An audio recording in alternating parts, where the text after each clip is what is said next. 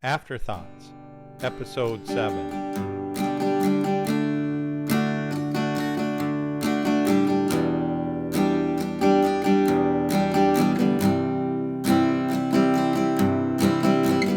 Hi there, and welcome to Afterthoughts. I'm your host, Paul Steele. I'm the senior pastor at Bethlehem Church in Austin, Minnesota. Now, Afterthoughts is the podcast of Bethlehem Church where we go beyond the Sunday sermon. And by that, I mean that we are going to take a look at additional information, some questions that may come up, things that are relevant to what was said on Sunday morning. The reality is that we can't cover everything in a 30-minute sermon.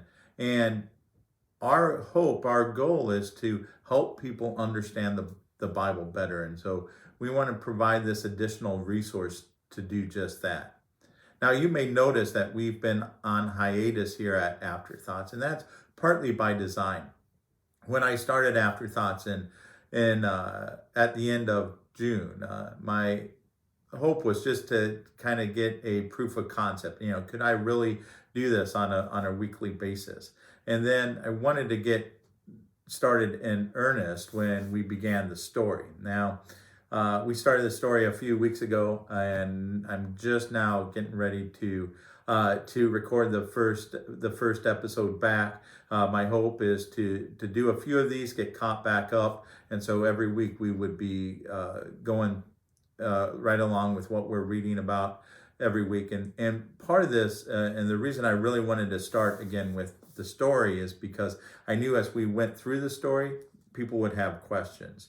Now, the story is an abridged version of the Bible, and I've been calling it a tool. It's a tool that we're using to accomplish two things. One, to get an overarching understanding of what the Bible is about, that the Bible is God's story and his call to us to join him in that story. And the second is to help us to develop that regular, consistent discipline of reading the Bible. As followers of Jesus, we believe that the Bible is God's gift to us. It's his word to us, and that means to be good stewards of it. We need to take time to read it, to study it, to talk about it, to apply it to our lives. And that's our prayer, our hope through the story, that we would develop that habit. Now, the first chapter of the story covers Genesis chapters 1 through 11, and it's entitled Creation, the Beginning of the World as We Know It. And this is a huge chunk of scripture. And one of the things that you might realize is that within this section of scripture, there are two events that kind of come in conflict or are questions when it comes to science, creation and the flood. And there's a lot of information out there, a lot of resources that help us reconcile those things or give us an understanding. But I want to be clear, because I think this is important, and I wish more pastors would just admit this reality, and that is that I'm not a scientist. I'm a pastor. I'm a student of the Bible. I'm not a scientist. And what that means is that while I can come and I can study scripture, I'm not in the position to evaluate arguments, scientific arguments or data to see, oh yeah, this is true, this lines up, I'm just not in that position. And so while there might be things out there that I agree with, that I think is useful, makes sense, I'm not necessarily saying, oh, this is the way that it has to be. And with me saying that, I want us to remember what Genesis is trying to tell us. In Genesis, particularly right now, just looking at Genesis chapters 1 and 2 with creation. And so often we get hung up on the when and the how of creation. And that's not necessarily what God is concerned about when he instructed or inspired Moses to put this down and give us the creation account. Remember the context, the historical context of what's going on. if are correct, or if I'm correct, and it's Moses, or at least one of his contemporaries, that is putting these things down on paper. If God is inspiring him here, that means that he's writing primarily to his audiences, uh, people who have spent their entire lives in paganism. That's what they're familiar with, and and so Moses is helping them see how Yahweh God, the God of Abraham, Isaac, and Jacob, the God of their ancestors, is different than the pagan gods of Egypt, or the pagan gods that they will encounter in the Promised Land. That there is a difference there. And one of the main differences that we should see there is that when God creates out of his wisdom and his power and his love, and by the power of his word. There's no act of violence here. There's no struggle. There's no God is powerful enough that when he says, "Hey, let there be light," there is light. That is, and no matter what similarities that there may be with other ancient myths, this difference is important, and it's showing the Israelites that their God, the God that is delivering them, that's bringing them out of slavery, is different than all these other gods. And I think that's the main point. And even when you get down to Genesis chapters 1 and 2, and these two different kind of creation accounts, where chapter 2 kind of is this more focused version of creation. What you see in both those accounts is, and the common theme that's found in both of them, is that idea of God bringing order out of chaos. So you have the chaotic waters, the waters of the deep, and the darkness that God separates out of, that he creates out of. And in Genesis chapter 2, you have this land that's not cultivated yet, that is just plain watered. And remember, again, if you're talking about people who have spent their lives in Egypt, and they know about the flood season and how the water comes up, think about what's being said there is that there's this water, there's no rain, there's water that's coming up, and that's going to cause this overgrowth of stuff. There's no fields, there's no vineyards, there's no cultivation happening, and then God comes and he brings order out of this chaos by what? By bringing in irrigation, by putting in these rivers, by planting this garden. And so right away God brings order out of chaos. That's what's happening. That is the main idea, that our God, the God of Abraham, Isaac, and Jacob, is that's what he is concerned about. He's not concerned about creating chaos, but rather bringing order out of that chaos. And this is how he does it. So those are some of the main themes. So right away we understand that, okay, these are mythic stories. That doesn't mean that they're untrue, but they're these fundamental stories that is shaping the foundation of people's belief in God, that is showing them, telling them truths about God. Now, does that need to, how closely do those stories then need to match up with the science of all things? And that is where I'm like, I don't know. I don't know what how closely they need to, for us to still say, hey, this is who God is. This is what God is doing. How true, how factual does this story have to be in order to still be true? And those are questions, I think, that are legitimate and that can be wrestled with.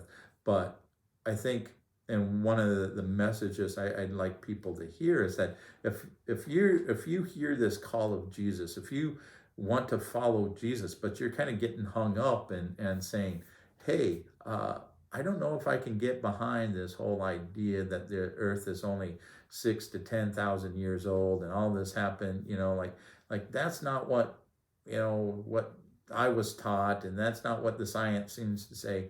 And so one of the things I want to say is that following Jesus does not demand that you believe those things, because I think the text is wide enough to have a wide variety of viewpoints, especially as we kind of hash some of this out as far as the science goes, and just admitting like, hey, this may make sense, but I don't have the credentials, I don't have the training to adequately evaluate those things. So I can't go out there with any sort of authority and say, yeah, this is how it is. All I can say is, this is what I believe, this is what I see the text is saying.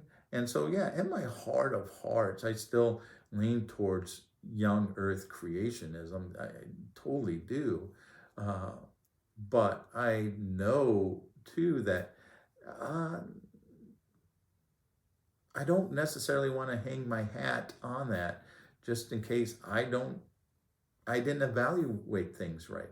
I want to be true to what the text is saying, and I don't think the text demands that this is this is how the earth was created, that this is how old the earth is. Now, the second thing then is around the whole ark and the flood, and that's another tough one. Is the flood a global flood? I mean, it sure seems like that from the text, or is it more local? Was the ark actually able to be big enough to hold all these animals? And apparently, I mean, they've done some calculations. Apparently, that if you're focusing on just kinds of animals and not species of animals, then yeah, you that can realistically could have happened. I mean, so I don't know but what we're seeing and what the text is telling us is that one, that God was sorrowful. There was this grief that he had because of the way humankind was responding, and this need to begin again, and so a wiping clean of creation to start over, because humankind had come to this place where every inclination of their thoughts and their intentions were just evil. And so again, I think it's worthwhile, if you have that interest, to see what the science says, to see how these things can be reconciled, but not necessarily saying like, man, these have to totally line up in order to be true, because I'm not for sure that that's what the Bible is saying to us. But rather the Bible is giving us a bigger picture of what is going on, and how God is working in the world, and maybe using stories that the Israelites would have been familiar with in order to do that. And so I think that is to be humble enough to say, okay, what is going on, and not necessarily demanding like these things have to line up this way, and if you don't believe that way, then you're a heretic. I think you're going down kind of a dangerous road when you do that. So with that being said, I think the main thing when we're looking at these first 11 chapters of Genesis is to see this the reality that the Bible says is that humans are created in the image of God, and exactly what does that mean? So on day 6 of creation, after God had created the other land animals, he decides to create human beings, and he says, "Hey, let's create humankind in our image," and God created human beings in His image, male and female. So what does that mean? Well, you see part of that with the role that he gave humans to play within creation. So Genesis chapter 1, verses 20, 26 and 20 through 28. Then God said, "Let us make human beings in our image to be like us. They will reign over the fish of the sea, the birds in the sky, the livestock, all the wild animals on the earth, the small animals that scurry along the ground." So God created human beings in his own image. In the image of God, he created them. Male and female, he created them. Then God blessed them and said, "Be fruitful and multiply, fill the earth and govern it. Reign over the fish in the sea, the birds in the sky, and all the animals that scurry along the ground." So when we're looking here, we're looking at the fact that God created us in his image. And the main task that God is giving us is, or that he gave to humankind, is the task of reigning over creation and our image, to be like us, to be his representatives. So God created human beings to represent him in this world. That's our task. So to be in God's image means to represent him, to reflect his character in this world, to rule over this world with his wisdom and compassion, his love, his grace, his mercy, his forgiveness, and his creativity, all those things, even his justice. But for us to do that well, for us to do that, period, requires us to be connected with God, right? To have a connection with God where God's life and his wisdom is pouring into us, so that as we go in this world, as we live, as we make our way, as we reign and represent God, that we do it naturally, because his life is flowing through us, and we love with his love, and we make decisions based with his wisdom. Now, that's the setup. That's who we are. Now, when we move over then to Genesis chapter 3 with what we call the fall, this is what happens, is that God puts two trees in this garden that he plants, and all these trees produce fruit that is good for human beings to eat and for their life. And these two trees, the tree of life and the tree of the knowledge of good and evil, they're in the center of the garden, and they present human beings with a choice. Because God says, hey, you can eat of any of these trees in this garden, but this one tree, this tree of the knowledge of good and evil, you stay away from. You don't eat that fruit, because when you do, you're going to die. Now, what happens in the Genesis account is that Eve gets seduced, and I think that's a great word here to use for this, that she gets seduced by this fruit. Yeah, the serpent urges her along, but it's what she begins to desire. And verse 6 of Genesis chapter 3, I think this is crucial to understand what's going on. The woman was convinced. She saw that the tree was beautiful and its fruit looked delicious, and she wanted the wisdom it would give her. So she took some of the fruit and ate it. Okay, so look at what's happening here. Eve is being tempted totally by her flesh. She saw that the tree was beautiful. She saw that the fruit looked delicious.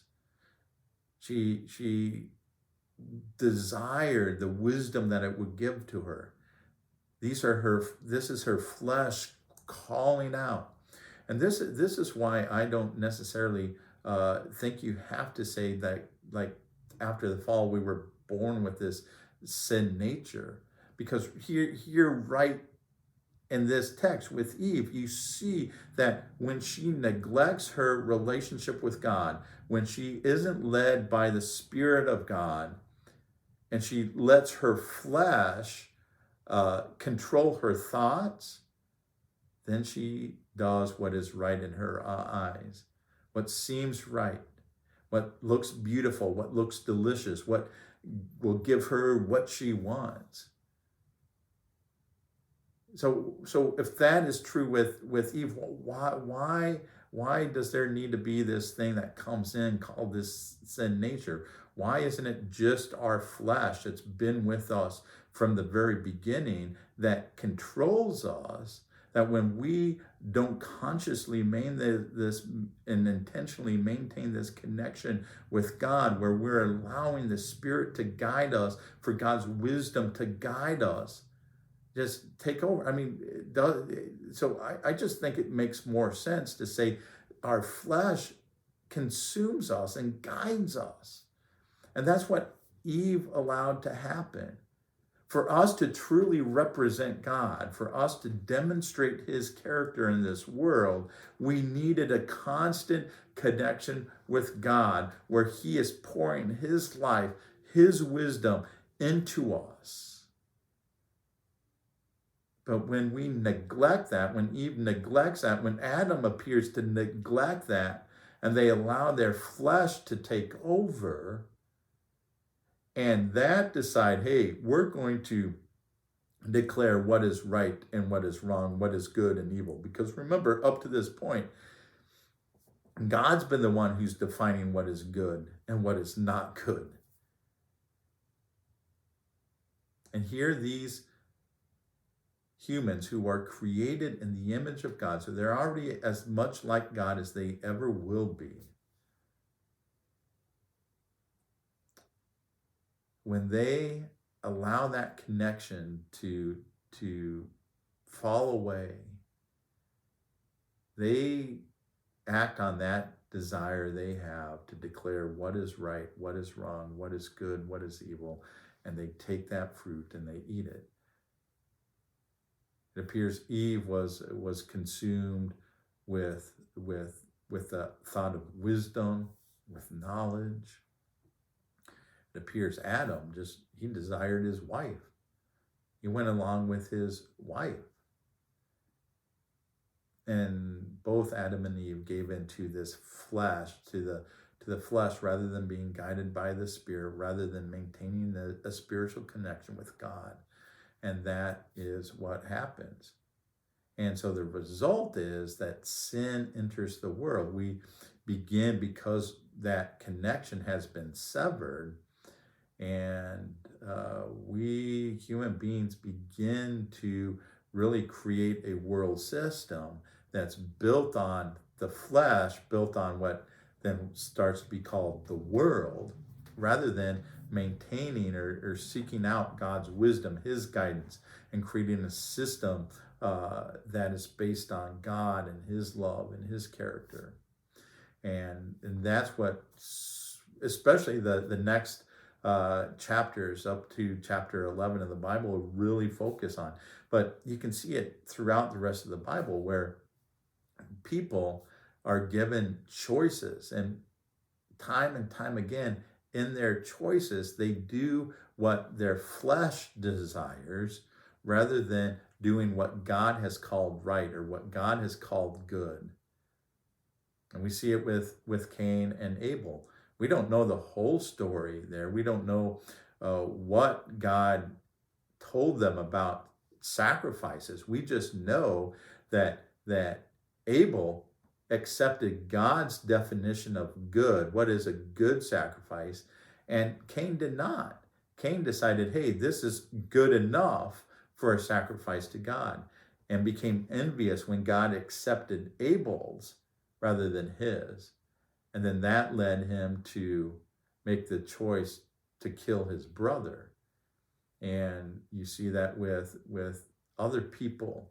It appears then when you get to Noah, like, hey, Noah's a righteous man. Noah is following after God. He is letting God to declare what is good and what is evil, what is right and what is wrong. And he builds the ark. And in the face of opposition, in the face of ridicule, in the face of time, right? 100 years, we give up after a couple of weeks of doing something. For 100 years, Noah, in the face of ridicule, is building this ark. And so it appears like, hey, this is the guy. This is the perfect guy to start over with. But it's not long after the flood, after they've landed, after they started uh, reigning and ruling again, that Adam makes this choice to plant a vineyard, and then the choice to ferment some grape juice and make some wine and get drunk. And then there's some stuff that happens, and man, things just start spiraling out of control again. And then you get to chapter 11. And I think 11 is a crucial story in this whole thing, because you have human beings who are called to go fill the earth, multiply, and instead of listening to God's voice, right, instead of accepting God's mandate on their life, they've decided to stay in one place and build this huge town with this huge tower to make a name for themselves. That's what they want to do. They want to take the place of God. And so whatever they're trying to accomplish here, whether they're trying to build this tower up to heaven and take from God what they think they need or whatever, God looks down and says and understands that, hey, if these people are allowed to continue to be together, it's going to just be like the days of Noah, where the inclination, the thought of people's hearts, every inclination and thought that they have is going to be evil. And so God scatters the people, and that's where you're left at. It's kind of this downer. You start with God's creation of humankind in His image, and you end here when in chapter 11 on this down note where God has scattered everyone because they're not accepting His definition of what is good and what is evil, what is right and what is wrong. They're still continuing to do that themselves. So really, that's the beginning of the world that as we know it, because this continues on to this day. We live in a worldly system that will tell us this is right, this is wrong, this is good, and this is evil. And that spiritual connection we have with God is basically absent. So God's not necessarily informing all of these decisions, all of these things that are good and evil.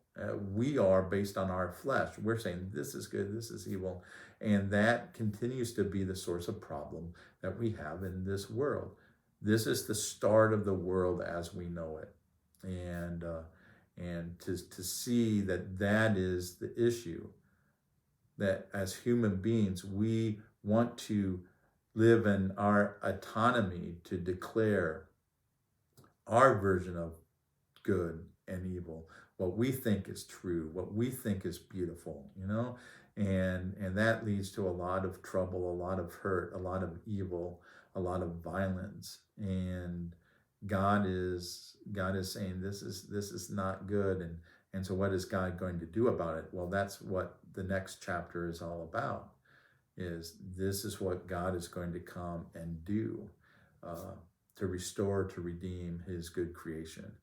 So hopefully that kind of gave you some insight, kind of gave you some bigger information about where we're coming from, at least where I'm coming from with creation, with the Bible and science, and particularly I think this understanding of being created in God's image and what that means and what that requires, a constant connection with God, because we need to represent Him well, to bear His glory.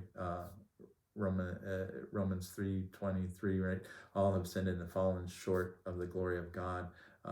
That we haven't lived up to bearing His image because we have declared this is right, this is wrong. We have done that, and we've sinned and we've fallen short. So what that requires is a connection with God, and that's hard to do, and we need some help in doing it. And the good news is that there's help on the way. And so that's what we'll talk about next week. If you have any questions, any comments, feel free to let me know. You can go ahead and email me at Pastor Paul at pastorpaulsteele@gmail.com, or you could go to the website bethlehemchurchaustin.com and find the contact on there and leave me a message. And I'll try to answer your questions on this. And yeah, so thank you for watching. If you've enjoyed this, make sure that you like and subscribe, share it around to people who you think might enjoy it as well. And have a great, wonderful week. And I'll see you next time. God bless.